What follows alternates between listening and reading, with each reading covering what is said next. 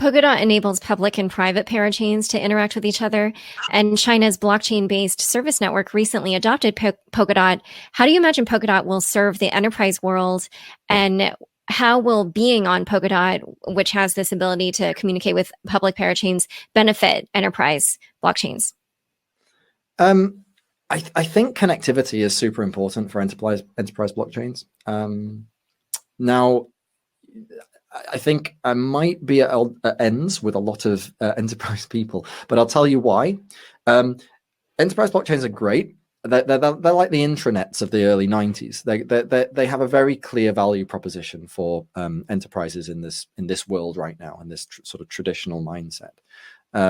It's like, yeah, you can track what all of your internal transactions are. You can make sure no one is cheating on their audits. You can very easily audit everything that's going on within a company.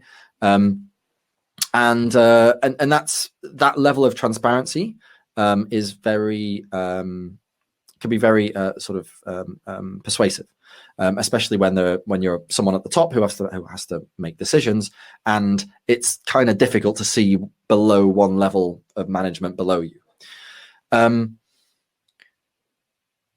That will work initially in the same way that the old intranet allowed office memos to go back and forth much more easily than farting around with bits of paper.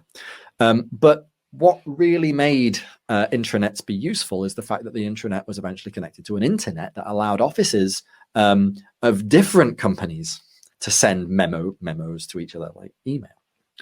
And then they start to be able to advertise to each other via the World Wide Web. They start to be able to interact with consumers via the World Wide Web and HTTPS. This was a super important progression, and we wouldn't have had the later stages without that first stage. So I can imagine that enterprises are super keen on building the blockchain for their company. Maybe they're multinational, lots of different sort of arms.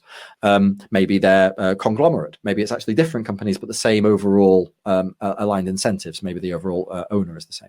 Maybe it's between a consortium. So no real aligned incentives, but a general assumption that you're kind of working in the same space and probably do want to sort of communicate with each other a lot. But when we eventually get to the point that companies are offering their services through a very minimal cost, extremely agile transaction-based network that doesn't need any certificates or kind of middlemen or any additional like visa fees or anything like this, when it's literally just business to business doing microtransactions with each other.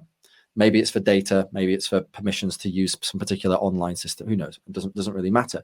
But when we get to this point, that connectivity will be priceless because it will allow composition of solutions. And as we saw with DeFi, composition of solutions is really where the gold is to be mined.